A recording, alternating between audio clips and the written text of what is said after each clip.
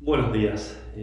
Nos encontramos entonces en este video para ver a Jesús frente a Pilato y Herodes en el Evangelio de San Lucas. Van a encontrar este episodio en el versículo 23 del Evangelio de San Lucas, versículos del 1 al 25. Jesús entonces ya había sido declarado culpable por el judaísmo oficial en aquel proceso judío o proceso religioso, como se le llama, que tuvo lugar en Jerusalén. Pero como Jerusalén pertenecía a la provincia de Judea y Judea era una provincia romana, la condena a muerte solamente la podía dar la autoridad romana, ¿sí? En este caso estaba reservada este tipo de condena a Pilatos.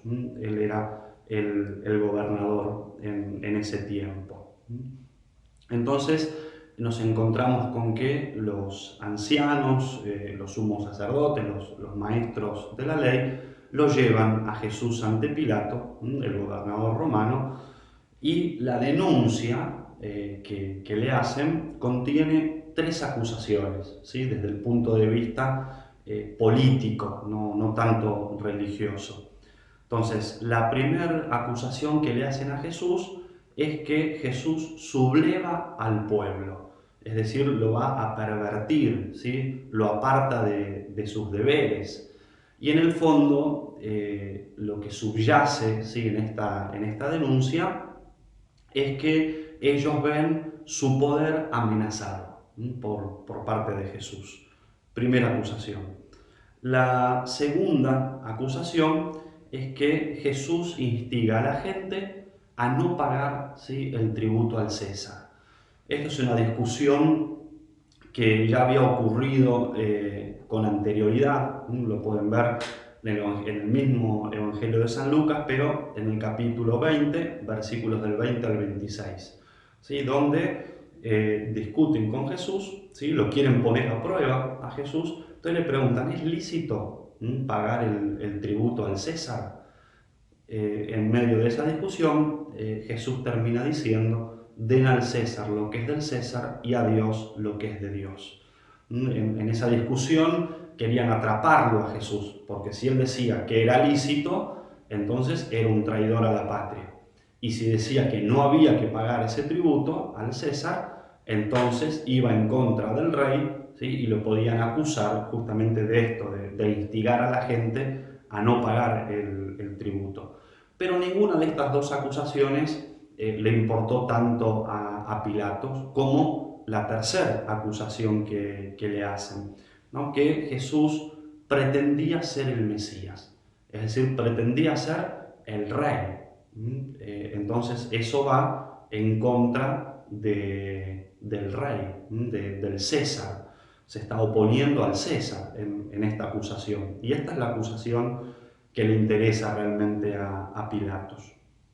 La intención de Lucas se ve clara, ¿sí? en todo este proceso político ante Pilato, de que lo que quiere manifestar Lucas es la identidad de Jesús.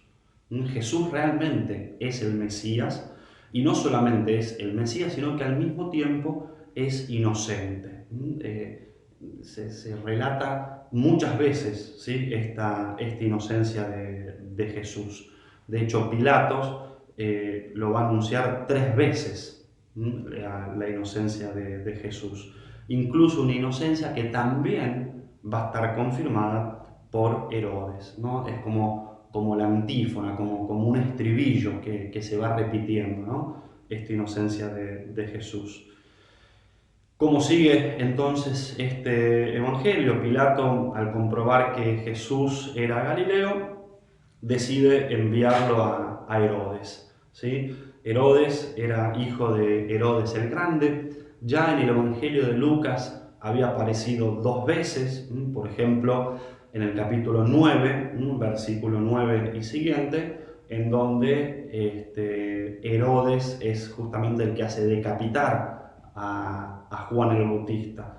Y después va a aparecer en el capítulo 13, versículo 31 en adelante, en donde le advierten a Jesús que Herodes quería matarlos, ¿sí?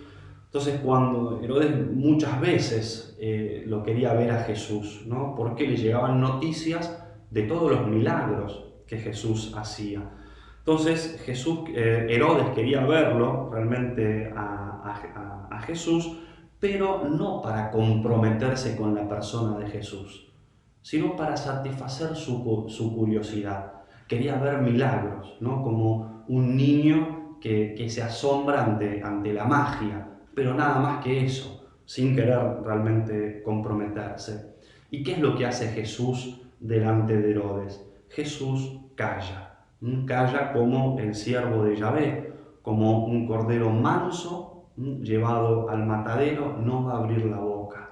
Podemos ir al Antiguo Testamento, al libro del profeta Isaías, en el capítulo 53, donde nos habla justamente del Mesías como cordero manso llevado al matadero que no abre la boca.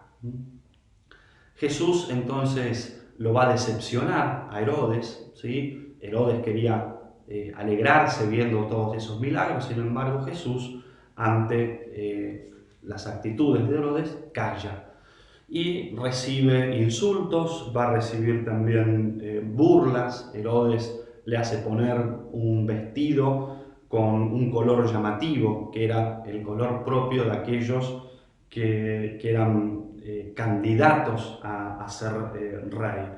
Y lo va a enviar de nuevo a Pilato. Entonces aquí Pilato va a pronunciar en el versículo 14 la segunda declaración de inocencia de Jesús. Pidiendo la liberación de Jesús, Pilato lo propone a Jesús junto a Barrabás para que el pueblo, elija a uno de estos dos a quien quería liberar. Y el pueblo elige liberarlo a Barrabás, que era un ladrón y era un asesino muy conocido, era un asesino realmente famoso, y piden que lo liberen a Barrabás, ¿sí? Y a Jesús piden que lo crucifiquen, con gritos: crucifícalo, crucifícalo. Entonces Pilato va a reconocer por tercera vez ahora la inocencia de Jesús en el versículo 22. Pero, ¿qué va a hacer? Lo va a entregar, lo entrega. Hay muchas palabras que van apareciendo a lo largo de la pasión de Jesús, que son palabras realmente interesantes. Una de estas palabras es la palabra entrega, es decir, Jesús se entrega por voluntad del Padre, para cumplir la voluntad del Padre. Y podemos ver en todos estos relatos cómo el Sanedrín, ¿sí? Los sumos sacerdotes, los doctores de la ley, lo mandan a Jesús a casa de Pilato, lo entregan a Pilato. Pilato lo entrega a Herodes, el cual Herodes lo vuelve a entregar a Pilato. Y por último Pilato lo va a entregar a Jesús, a las autoridades judías, ¿no? Y Jesús se deja entregar. Jesús va de mano en mano con una sumisión total, una sumisión que tiene como fundamento la entrega a Dios. Y esto lo vemos en el grito que Jesús da estando en la cruz, como nos cuenta también el Evangelio de San Lucas: Padre, en tus manos encomiendo mi espíritu. Es decir, si no existiera esta entrega libre de Jesús en las manos del Padre, no se hubieran dado todas las otras cadenas de entregas. Así es como también lo va a entender San Pablo cuando dice: ahora en mi vida mortal vivo creyendo en el Hijo de Dios que me amó y se entregó por mí. Y esto ya nos tiene que hacer reflexionar sobre nuestra propia entrega a Dios y nuestra entrega al prójimo, ¿no? Y reflexionar a ver si realmente me estoy entregando al otro con todo lo que eso significa, o ante ciertas circunstancias nos quejamos, nos lamentamos y también huimos. Este abandono en las manos del Padre que nos muestra Jesús pasa también por otro abandono, ¿no? El poder entregarnos, para poder entregarnos al Padre, también es importante entregarnos a nuestra propia historia. Entonces, reflexionar, si yo acepto mi historia, ¿no? Y si veo la mano de Dios también en mi vida, en mi familia, en mi trabajo. A veces nosotros imaginamos, bueno, si hubiera nacido en otra familia, si hubiera nacido en otra circunstancia, si me hubiera pasado, bueno, estas cosas, y son cosas imaginarias. Entonces, en mi vida concreta, en mi vida real, que es la que me toca y es en la cual Dios me puso, si yo veo también estas manos del Padre y si me quiero también entregar a las manos del Padre. En el Evangelio aparece algo que nos sorprende, ¿no? Jesús, frente a todos estos procesos, tanto judío como el proceso político, se declara el Hijo del Hombre. Él realmente es el Mesías que está sentado a la derecha del poder de Dios. Pero sin embargo, es inocente y es condenado. Es condenado, se burlan de él, lo van a torturar también, ¿no? Es acusado falsamente es condenado, pero es el único justo ante Dios y fue tratado como un tribunal, ¿no? Jesús, que es la misma sabiduría de Dios en persona, es tratado como un loco, ¿no? Y también todos estos hechos de Jesús, en este dejarse entregar de mano en mano y entregarse Él a esta voluntad y a este plan de Dios, subyace un deseo profundo de acercarnos a nosotros más a Dios. Entonces, ¿en qué situaciones de mi vida me veo identificado de alguna manera con estos hechos de la vida de Jesús? A veces escuchamos frases como esta: no tenemos que dejarnos pisotear. Y está muy bien, no hay que dejarse pisotear. Pero ¿cuál es el sentimiento que tenemos de fondo? ¿Subyace el sentimiento de venganza, de odio, de revancha? Esto es lo que tenemos que tratar de cambiar. Y pedirle a Jesús, por otro lado, que infunda en nuestros corazones el deseo de mansedumbre, que infunda en nuestros corazones los mismos sentimientos también de Jesús, esos deseos de querer vencer el mal haciendo el bien y querer que también los demás puedan acercarse un poco más a Dios. Preguntarme entonces en estos momentos si yo también soy humilde como Jesús, si soy manso y qué cosas tengo que pedirle a Jesús para tener un corazón como el suyo. Muchas gracias.